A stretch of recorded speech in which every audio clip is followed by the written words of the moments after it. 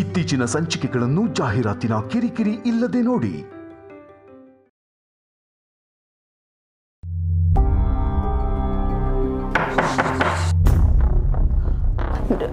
ಇವರೇ ಬಂದ್ರು ಅನ್ಸುತ್ತೆ.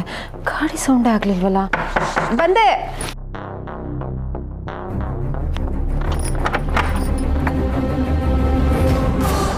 ಮಾವ ಅವ್ರು ಬರ್ಲಿಲ್ವಾ? ಇಲ್ಲಮ್ಮ, ಹುಡುಕಿ ಹುಡುಕಿ ಸಾಕಾಯ್ತು. ಬರ್ಬೇಕಾರೆ ದಾರಿಲಿ ಎಡು ಬಿದ್ಬಿಟ್ಟಮ್ಮ. ಅಯ್ಯೋ ಮಾವ, ನಾನು ಅಷ್ಟೇ ಹೇಳ್ದೆ ಹೋಗ್ಬೇಡಿ ಅಂತ. ಹುಷಾರು. ಅಯ್ಯೋ, ಇಷ್ಟೊತ್ತಾರು ಬರಲಿಲ್ಲ, ಅದಕ್ಕೆ ನನಗೆ ಗಾಬರಿ ಆಯಿತು. ಬನ್ನಿ ಕೂತ್ಕೊಳ್ಳಿ ಮೊದಲು, ಬನ್ನಿ. ಆರಾಮಾಗಿ ಬನ್ನಿ. ಹೊಟ್ಟೆ ಉರಿತಿದೆ ನೋಡಕ್ಕೆ.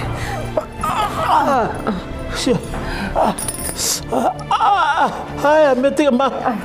ಇಲ್ಲ ಫಸ್ಟ್ ಏಡ್ ಬಾಕ್ಸ್ ತಗೊಂಡ್ಬರ್ತೀವಿ. ಸ್ಕಂದ, ಪ್ರಣಿ. ತಾತ ಏನಾಯ್ತು?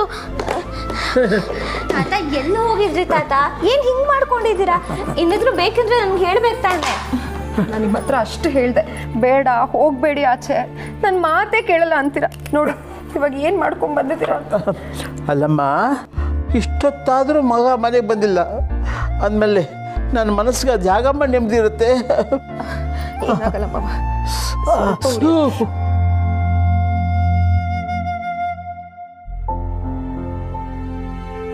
ಅಯ್ಯೋ, ಮೊದಲೇ ಮಂಡಿ ನೋವು, ತಿರ್ಗಿ ಅಲ್ಲಿಗೆ ಏಟ್ ಬಿದ್ದಿದೆ. ಅಯ್ಯೋ ತಾತ ನೀನ್ ಅಳ್ಬೇಡ ತಾತ, ನೀನ್ ಹತ್ರ ನಂಗೂ ಅಳು ಬರುತ್ತೆ.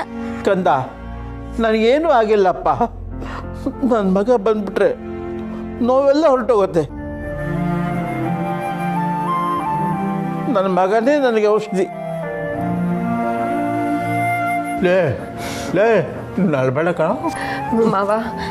ನೀವು ಯೋಚನೆ ಮಾಡಬೇಡಿ. ಹೊರಗಡೆ ಕೆಲಸದಲ್ಲಿ ಏನೋ ಬ್ಯುಸಿ ಆಗಿಬಿಟ್ಟಿರ್ಬೇಕು. ಇನ್ನೇನು ಬಂದ್ಬಿಡ್ತಾರೆ. ಪ್ರಣಿ, ತಾತ ನೀರು ತಗೊಂಬ ಹೋಗಮ್ಮ. ತುಂಬಾ ನೋವ್ತಿದ್ಯಾ ತಾತ? ನಾನು ಆಟ ಆಡಕ್ ಹೋಗಿ ಬಿದ್ದು ಬಂದಾಗ ನೀವು ಚೂ ಮಂತ್ರ ಹಾಕ್ತಿದ್ರಲ್ಲ, ಹಾಗೆ ಹಾಕ್ಲಾ? ಎಲ್ಲ ನೋವು ಹೊಟ್ಟೋಗುತ್ತೆ. ಅಯ್ಯೋ ಕಂದ, ನೀರು ಕೊಡಿ. ಕೊಡಮ್ಮ, ನಾನೇ ಕೊಡುತ್ತೇನೆ. ನೀವು ಸುಮ್ಮನೆ ತಾತ, ನಾವೆಲ್ಲ ಇರೋದೆಂತಕ್ಕೆ? ಮಾಡಿ.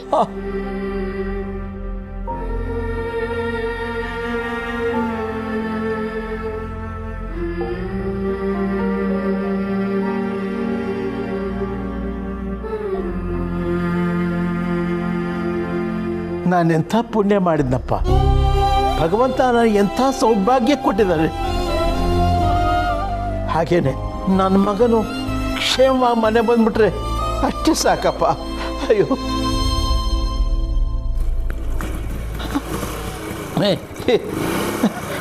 ನನ್ನ ಮಗ ಬಂದ, ಈಗ ನನ್ನ ನೋವೆಲ್ಲ ಹೋಯ್ತು. ಮಾವ ದಯವಿಟ್ಟು ಕೂತ್ಕೊಳ್ಳಿ. ಬರ್ತಾರೆ ಇರಿ, ಅವರೇ ಇಲ್ಲಿಗೆ ಬರ್ತಾರೆ. ಅಪ್ಪ, ಗಿರಿ, ಇಷ್ಟೊತ್ತಾದ್ರೂ ಮಲಗಿಲ್ವಾ ನೀವು? ಬಾಗಿಲು ತೆಗೆದೇ ಇದೆ. ನಿಮಗೆ ಸರಿ ಹೇಳಬೇಕು, ಬೇಗ ಬಾಗಿಲು ಹಾಕೊಂಡು ಮಲ್ಕೊಳ್ಳಿ ಅಂತ. ಯಾರಾದ್ರೂ ಒಳಗೆ ಬಂದ್ರೆ ಏನ್ ಗತೆ? ನನ್ನ ಮಾತೇ ಕೇಳಲ್ವಲ್ಲ ನೀವ್ಯಾರೋ?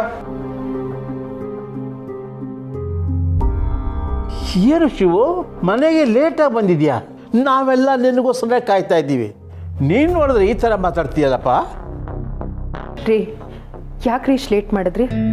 ನನ್ನ ಹಳೆ ಫ್ರೆಂಡು ಆಫೀಸ್ಗೆ ಹುಡ್ಕೊಂಡ್ ಬಂದಿದ್ದ. ಅಪರೂಪಕ್ಕೆ ಸಿಕ್ಕಿದ್ದ ಅಂತ ಹೊರಗಡೆ ಹೋಗಿದ್ವಿ, ಕೂತ್ಕೊಂಡು ಮಾತಾಡ್ತಾ ಇದ್ವಿ. ಟೈಮ್ ಹೋಗಿದ್ದೆ ಗೊತ್ತಾಗಿಲ್ಲ, ಅದಕ್ಕೆ ಸ್ವಲ್ಪ ಲೇಟ್ ಆಯ್ತಪ್ಪ. ಏನು ಸ್ವಲ್ಪ ಲೇಟಾ? ಮನೆಯವರೆಲ್ಲ ನಿನಗೋಸ್ಕರ ಕಾಯ್ತಾ ಕೂತಿದ್ದೀವಿ. ಏನೋ ಫ್ರೆಂಡ್ ಸಿಕ್ದ ಲೇಟ್ ಆಯ್ತು ಅಂತ ಹೇಳ್ತೀಯಲ್ಲ, ನಿನ್ಗೇನು ಅನ್ಸಲ್ವಾ? ಅಪ್ಪ, ಇದ್ರಲ್ಲಿ ತಪ್ಪೇನಿದೆ? ಫ್ರೆಂಡ್ ಜೊತೆ ಮಾತಾಡೋ ತಪ್ಪಾ? ನೀನು ಎಲ್ಲಿಗಾದ್ರೂ ಹೋಗಯ್ಯ, ನಿನಗೂ ಒಂದು ಮನೆ ಇದೆ ಅನ್ನೋದು ಮರಿಬೇಡ. ಅಯೋಗ್ಯ. ಮನೆ ಬರೋ ಟೈಮ್ ಆಯ್ತು. ಅಪ್ಪ, ಹೇಳ್ತಾ ಇದ್ದೀನಲ್ಲ, ಫ್ರೆಂಡ್ ಸಿಕ್ಕಿದ್ದ, ಟೈಮ್ ಹೋಗಿದ್ ಗೊತ್ತಾಗಿಲ್ಲ ಅಂತ. ಮತ್ತೆ ಮತ್ತೆ ಅದನ್ನೇ ಹೇಳ್ಬೇಡ. ಒಂದು ಫೋನ್ ಮಾಡಿ ಹೇಳಕ್ಕಾಗ್ಲಿಲ್ಲ ನಿನಗೆ?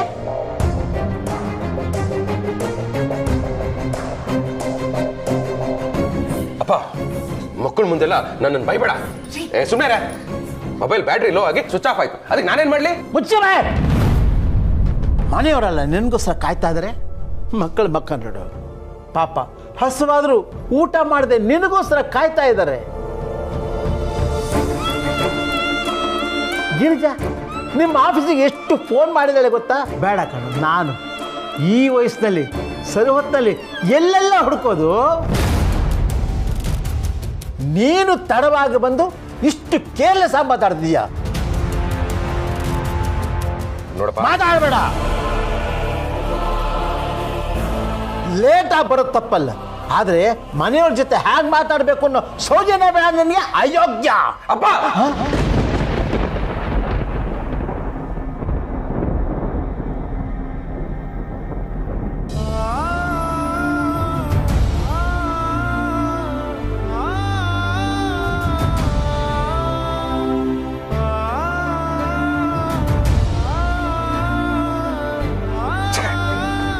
ಅಪ್ಪ, ನಾನೇನೋ ಚಿಕ್ಕ ಹುಡುಗ ಅಲ್ಲ, ನಾನು ದೊಡ್ಡವನಾಗಿದ್ದೀನಿ. ನನಗೂ ಮದುವೆ ಆಗಿದೆ, ಇಬ್ಬರು ಮಕ್ಕಳಿದ್ದಾರೆ. ಹೇಗ್ ನಡ್ಕೋಬೇಕು, ಹೇಗ್ ನಡ್ಕೋಬಾರ್ದು ಅಂತ ನನಗೆ ಗೊತ್ತಿಲ್ಲ. ಅಷ್ಟಿಲ್ಲ ಅಂದ್ರೆ ಈ ಮನೆ ನಡ್ಸಕ್ಕಾಗುತ್ತಾ?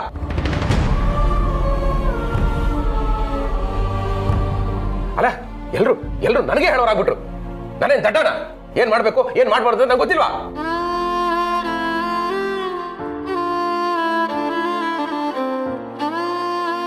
ನಾನು ನೋಡ್ತಾನೆ ಇದ್ದೀನಿ, ಪ್ರತಿ ಸಾರಿ ಹೀಗ್ ಮಾಡು ಹಾಗ್ ಮಾಡು ಅಂತ ಹೇಳ್ತಾನೆ ಇರ್ತೀಯ. ನನಗೂ ಕೇಳಿ ಕೇಳಿ ಸಾಕಾಗೋಗಿದೆ.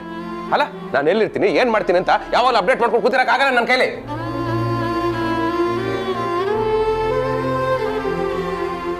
ನನಗೂ ಸ್ವಾತಂತ್ರ್ಯ ಇದೆ, ಅರ್ಥ ಮಾಡ್ಕೋ. ಛೆ!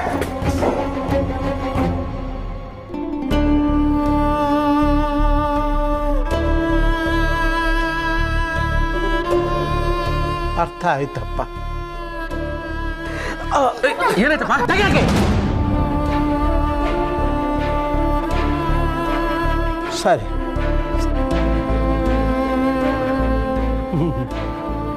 ತುಂಬ ದೊಡ್ಡವನಾಗ್ಬಿಟ್ಟಿದೆ ಕಣೆ. ನಿನ್ನನ್ನು ಪ್ರಶ್ನೆ ಮಾಡೋಷ್ಟು ನಾನು ದೊಡ್ಡವನಲ್ಲ.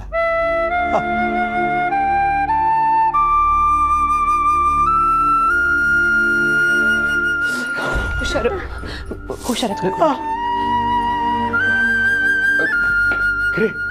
ಅಪ್ಪ ಯಾಕೆ ಕುಂಟ್ಕೊಂಡು ಹೋಗ್ತಾ ಇದಾರೆ? ಅಪ್ಪಂಗೆ ಏನಾಯ್ತು? ಎಲ್ಲ ನಿಮ್ಮಿಂದಾನೇ ಆಗಿದ್ದು. ಅರೆ, ಏನ್ ಹೀಗೆ ಹೇಳ್ತಾ ಇದ್ಯಾ? ನಾನೇನ್ ತಪ್ಪು ಮಾಡ್ದೆ? ನೀವ್ ಮಾಡಿದ ತಪ್ಪಲ್ಲ ರೀ, ಆದ್ರೆ ನೀವು ಮಾತಾಡಿದ ರೀತಿ ಮಾತ್ರ ತುಂಬಾ ತಪ್ಪು. ಹಲೋ, ನಾನು ಮಾತಾಡಬಾರ್ದು, ಏನ್ ಮಾತಾಡ್ಬಿಟ್ಟೆ ಅಂತದ್ದು? ನೋಡಿ ನೋಡಿ, ಯಾವತ್ತೂ ನೀವು ಈ ತರ ಕೂಗಾಡ್ದವ್ರೆ ಅಲ್ಲ. ಅದು ಮೊದಲನೇ ತಪ್ಪು. ಇನ್ನು ಜನ್ಮ ಕೊಟ್ಟ ತಂದೆಗೆ ಬೆರಳು ತೋರ್ಸ್ಕೊಂಡು ಮಾತಾಡ್ಬಿಟ್ರಲ್ರಿ, ಅಷ್ಟು ದೊಡ್ಡವರಾಗ್ಬಿಟ್ರ ನೀವು?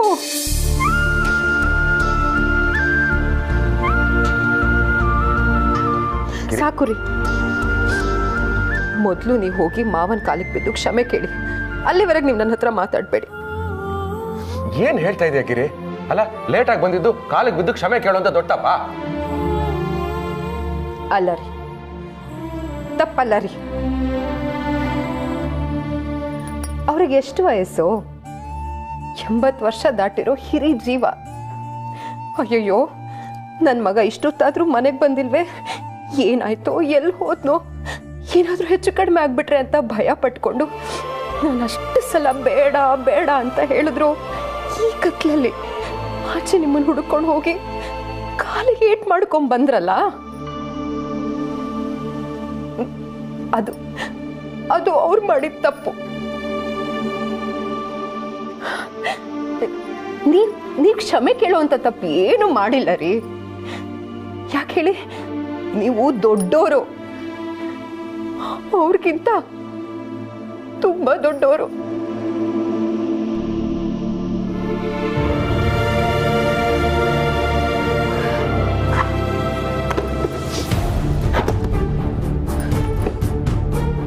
ಊಟ ಮಾಡಿಲ್ಲ ಅಂದ್ರೆ ಬಡಿಸ್ತೀನಿ, ಕೈಕಾಲು ಮುಖ ತೊಳ್ಕೊಂಬನ್ನಿ. ಗಿರಿ ಗಿರಿ,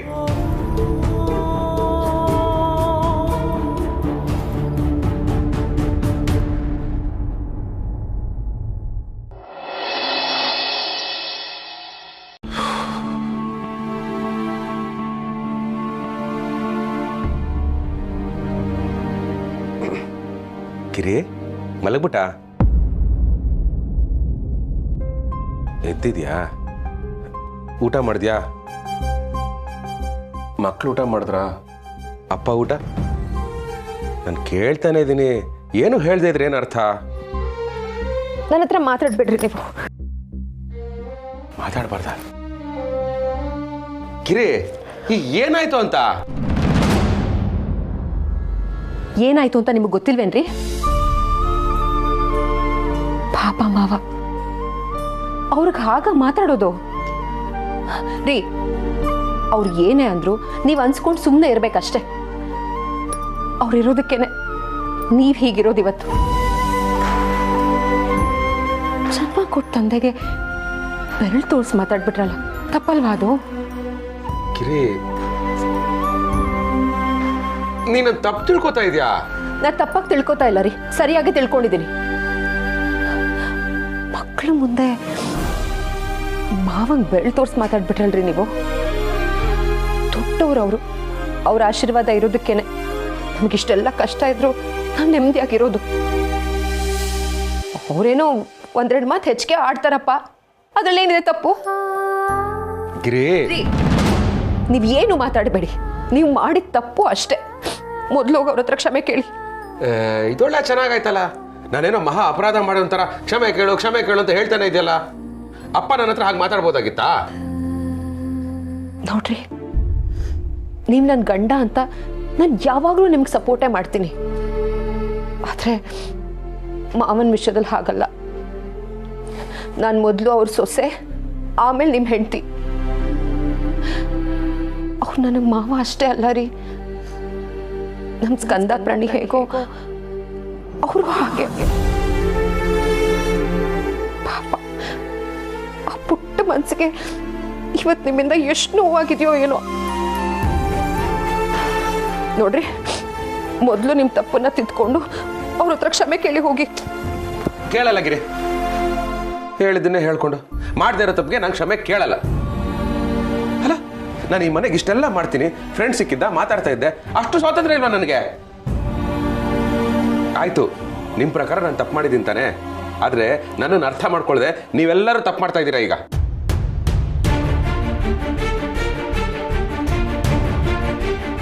ಹೋಗ್ರಿ, ಹೋಗಿ. ಆ ಭಗವಂತನೇ ನಿಮಗೆ ಸರಿ ಯಾವುದು ತಪ್ಪು ಯಾವುದು ಅಂತ ಅರ್ಥ ಮಾಡಿಸ್ತಾನೆ.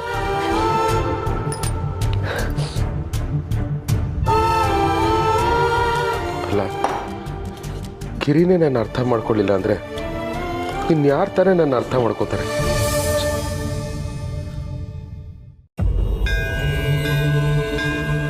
ಉಪ್ಪು ತಿಂದ್ಮೇಲೆ ನೀರು ಕುಡಿಯೋದು ಸಹಜ.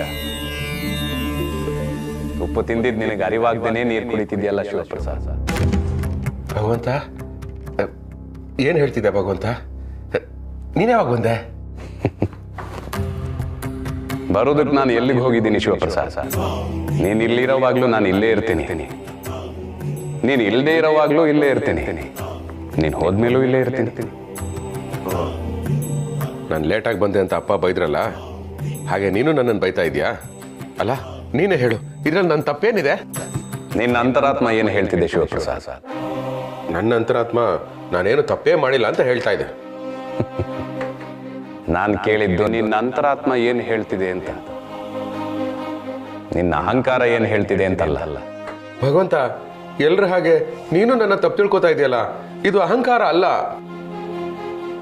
ಆಯ್ತು ಬಿಡಪ್ಪ, ನಂದೇ ತಪ್ಪು ಅಂತ ನೀನು ಹೇಳಿದ್ರೆ ಈ ಕೂಡಲೇ ಹೋಗಿ ಅಪ್ಪನ ಹತ್ರ ನಾನು ಕ್ಷಮೆ ಕೇಳ್ತೀನಿ. ನಿನ್ನ ತಂದೆ ಹತ್ರ ಕ್ಷಮೆ ಕೇಳೋದಕ್ಕೆ ನಾನು ಹೇಳಬೇಕಾ ಶಿವಪ್ರಸಾದ್? ಕ್ಷಮೆ ಅನ್ನೋದು ಬೇರೆಯವರು ನಿನ್ನ ಮೇಲೆ ಹೇರಿ ಕೇಳೋ ಅಂಥದ್ದಲ್ಲ, ಮನಸ್ಸಿಂದ ತಾನಾಗೇ ಬರಬೇಕು. ಅಯ್ಯೋ, ಅದೆಲ್ಲ ನನಗೆ ಗೊತ್ತಿಲ್ಲ ಭಗವಂತ. ನನ್ನ ತಪ್ಪು ಅಂತ ನೀನು ಹೇಳು, ನಾನು ಹೋಗಿ ಕ್ಷಮೆ ಕೇಳ್ತೀನಿ. ನನಗಿದ್ರಲ್ಲೆಲ್ಲ ಅಹಂಕಾರ ಏನೂ ಇಲ್ಲ. ಅದರ ಅವಶ್ಯಕತೆ ಇಲ್ಲ ಶಿವಪ್ರಸಾದ್. ಸಮಯ ಬಂದಾಗ ಬೇರೆ ಯಾವ ದಾರಿನೂ ಇಲ್ಲದೆ ನಿನ್ನ ದೇಹ ತಾನಾಗೇ ನಿನ್ನ ತಂದೆ ಕಾಲಿಗೆ ಶರಣಾಗುತ್ತೆ. ಅರ್ಥ ಆಗ್ಲಿಲ್ಲ ಅಲ್ವಾ? ಇದಕ್ಕೆ ಹೇಳಿ, ಉಪ್ಪು ತಿಂದಿದ್ದು ನಿನಗೆ ಅರಿವಾಗ್ತೇನೆ ನೀರು ಕುಡಿತಿದೆಯಲ್ಲ ಅಂತ. ಅಯ್ಯೋ ಭಗವಂತ, ಯಾಕೆ ಒಗುಟೊಗುಟಾಗಿ ಮಾತಾಡ್ತೀಯ? ನನಗೆ ಅಷ್ಟೊಂದು ಬುದ್ಧಿ ಇಲ್ಲ ಅರ್ಥ ಮಾಡ್ಕೊಳಕ್ಕೆ. ಕನ್ನಡಿ ನೋಡಿ ನೋಡು, ನಿನ್ ಬಿಂಬ ಆ ಒಗಟನ್ನ ಬಿಡಿಸುತ್ತೆ.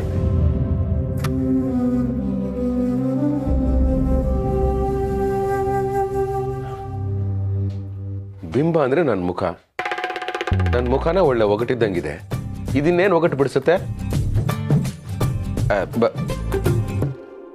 ಭಗವಂತ,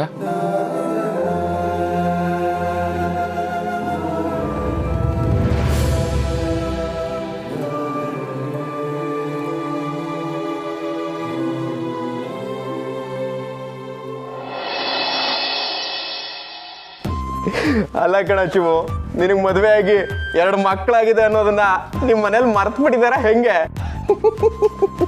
ನನ್ನ ಪ್ರಕಾರ ಶಿವು ಆಫೀಸಿಂದ ಮನೆಗೆ ಹೋದ್ರೆ ಅವನ ಬಲಗೈಗೆ ಒಂದು ಲಾಲಿಪಪ್ಪು, ಎಡಗೈಗೆ ಒಂದು ಪಾಕನ್ ಪಪ್ಪು ಕೊಟ್ಟು ತೊಟ್ಲಲ್ಲ ತೂಗಿದ್ಬಿಡ್ತಾರೆ ಅನ್ಸುತ್ತೆ. ಅದು ಹಾಗಲ್ಲ, ಇಟ್ ಈಸ್ ಕೇರ್. ಏನ ನಿನ್ ಲೈಫು ಅಲ್ಲ, ಇಷ್ಟು ವಯಸ್ಸಾದ್ರೂ ಚೈಲ್ಡ್ ತರ ನೋಡ್ಕೊತಾರಲ್ಲ ನಿಮ್ಮ ಮನೇಲಿ. ಕೇರ್ ಅಲ್ಲ, ಅದು ಡೇ ಕೇರು, ನರ್ಸರಿ. ಸರ್, ಆದರೂ ಮನೇಲಿ ಇನ್ಫಾರ್ಮ್ ಮಾಡಿ ಹೊರಗೋಗ್ಬೋದಾಗಿತ್ತಲ್ವಾ? ಅನ್ಕೊಂಡೆ, ಮೊಬೈಲು ಸ್ವಿಚ್ ಆಫ್ ಆಗ್ಬಿಟ್ಟಿತ್ತು, ಅದಕ್ಕೆ ಮಾಡೋಕ್ಕಾಗಲಿಲ್ಲ. ಬಾಬಾ ನಿಮ್ಮ ವೈಫ್ ಕೊಡೋದು ಏನು ಟೆನ್ಷನ್ಗಳಪ್ಪನೆ. ಆ ಯಮ್ನೋ ಫೋನ್ಗಳು ಮಾಡ್ಬಿಟ್ಟು ಗಡಗಡ ಅಂತ ಕಣ್ಣೀರು ಹಾಕೊಂಬಿಟ್ಟ ತಕ್ಷಣ ನನ್ನ ಕರಡುಗಳು ಚುರುಕೊಂಬಿಟ್ರಪ್ಪ.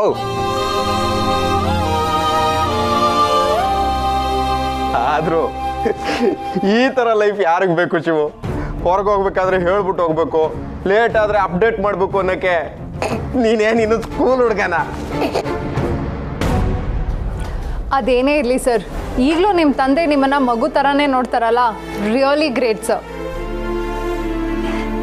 ನಿಜ ಮೇಡಮ್, ಇಷ್ಟು ವಯಸ್ಸಾದರೂ ಶಿವ ಸರ್ ಮೇಲೆ ಅವರಪ್ಪ ಪ್ರಾಣನೇ ಮಾಡಿಕೊಂಡವ್ರೆ.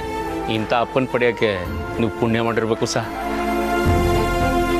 ಹೂನಪ್ಪನೆ, ನಮ್ಮಪ್ಪನ ಅವನೇ ಮದುವೆಗಳ ಮುಂಚೆ ನಾನು ಒಬ್ಬನ ಬೈತಿದ್ದವನು, ಮದುವೆಗಳಾದ್ಮೇಲೆ 8 ತಿಂಗಳಿಗೂ ಸೇರಿಸಿ ಬೈತವನೇ. ಊಟಗಳು ಕರೆದ್ವಿ ಅನ್ಕೋ, ಇನ್ನು 8:25 ಒಟ್ಟುಗಳು ಹಸುಗಳು ಆಗ್ತಲ್ಲ ಅಂತಾನೆ. ಹಂಗಂತ ನಾವು ಸುಮ್ಮನೆ ಆಗ್ಬಿಟ್ರೆ 8:30 ಊಟಗಳಿಗೆ ಕೊಟ್ಟಿಲ್ಲ ಅಂತ ಊರವ್ರುಗಳು ಹೇಳ್ಕೊಂಡು ಹಾವಳಿಗಳು ಕೊಡ್ತಾನೆ. ಅದು ತಪ್ಪು ಬಾಬು. ಎಷ್ಟಾದರೂ ಅವ್ರು ನಮಗೆ ಜನ್ಮ ಕೊಟ್ಟವರು. ಅವ್ರು ಇರೋವರೆಗೂ ನಾವು ಅವ್ರನ್ನ ಚೆನ್ನಾಗಿ ನೋಡ್ಕೊಳ್ಳಲ್ಲ. ಅವ್ರು ಮುಟ್ಟಿದ ತಪ್ಪು, ಮಾಡಿದ ತಪ್ಪು ಎಲ್ಲದಕ್ಕೂ ಬೆರಳು ತೋರಿಸ್ತಾನೆ ಇರ್ತೀವಿ. ಆದರೆ ಅವ್ರು ಹೋದ ಮೇಲೆ ಅವ್ರಿಗೆ ಇಷ್ಟವಾದ ತಿಂಡಿ ತೀರ್ಥಗಳನ್ನೆಲ್ಲ ಅವ್ರ ಫೋಟೋ ಮುಂದೆ ಇಟ್ಟು ಒಪ್ಪಿಸ್ಕೊಳ್ಳಿ ಅಂತ ಹೇಳ್ತೀವಿ.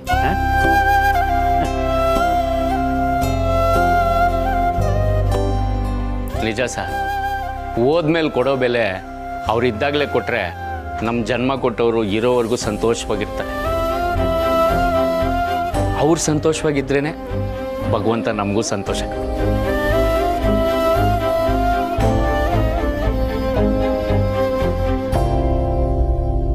ನಾನೇನಾದ್ರು ತಪ್ಪು ಮಾಡಿದ್ನ? ಅಪ್ಪನ ಹತ್ರ ನಾನು ಇರೋ ವಿಷಯನೇ ಅಲ್ವಾ ಹೇಳಿದ್ದು. ಆದರೂ ಯಾಕೆ ಮನಸ್ಸೆಲ್ಲ ಒಂಥರ ಸಂಕಟ ಆಗ್ತಿದೆ. ಹೌದಾ? ಅಲ್ಲೂ ಬರಲಿಲ್ವಾ?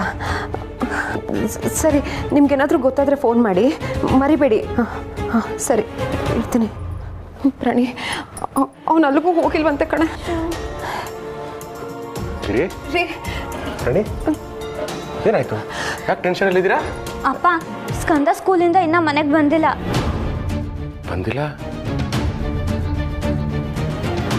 ವ್ಯಾನ್ ಬಂದಿಲ್ವ ಇವತ್ತು? ನಾನು ಡ್ರೈವರ್ ಬಾಬಣ್ಣನ ಹತ್ರ ಕೇಳಿದೆ ರೀ, ಅವ್ನು ವ್ಯಾನೇ ಹತ್ತಿಲ್ವಂತೆ. ವ್ಯಾನ್ ಹತ್ತಿಲ್ವಾ? ಎಷ್ಟೊತ್ತು ಸ್ಕೂಲ್ ಬಿಡೋದು? ಅಪ್ಪ, ಇವತ್ತು ಗೇಮ್ಸ್ ಪೀರಿಯಡ್ ಇರಲಿಲ್ಲ ಅಂತ ಅವ್ರ ಕ್ಲಾಸ್ ಅವ್ರನ್ನ ಬೇಗ ಬಿಟ್ಬಿಟ್ರಂತೆ.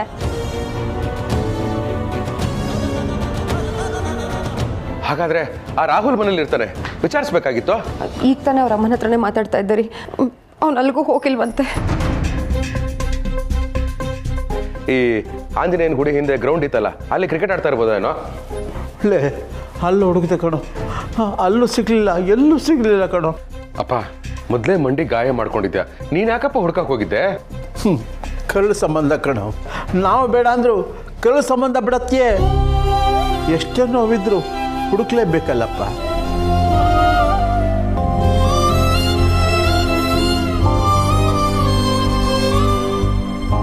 ಅಪ್ಪ, ಸ್ಕಂದಂಗೆ ಏನೂ ಆಗಿರಲ್ಲ ಅಲ್ವಾ ಅಪ್ಪ? ಪ್ರಾಣಿ, ನೀನು ಹಾಗೆಲ್ಲ ಹೇಳಲೇಬೇಡ, ನಂಗೆ ಜೀವನೇ ಹೋದಂಗಾಗತ್ತೆ. ರೀ, ಏನಾದರೂ ಮಾಡ್ರಿ.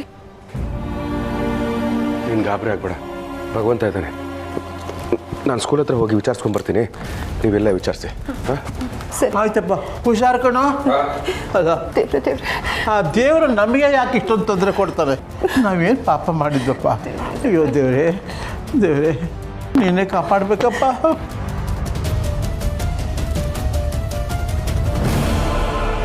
ಸರ್ ನಿಂತ್ಕೊಳ್ಳಿ, ಎಲ್ಲೋಗ್ತಿದ್ದೀರಾ?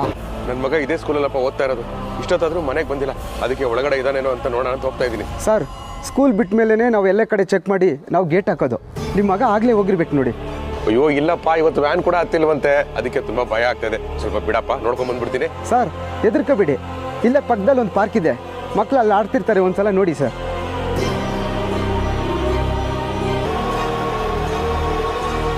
ನಿಜವಾಗ್ಲೂ ಒಳಗೆ ಯಾರೂ ಇಲ್ಲ ಅಂತೀರಾ? ಇಲ್ಲ ಸರ್.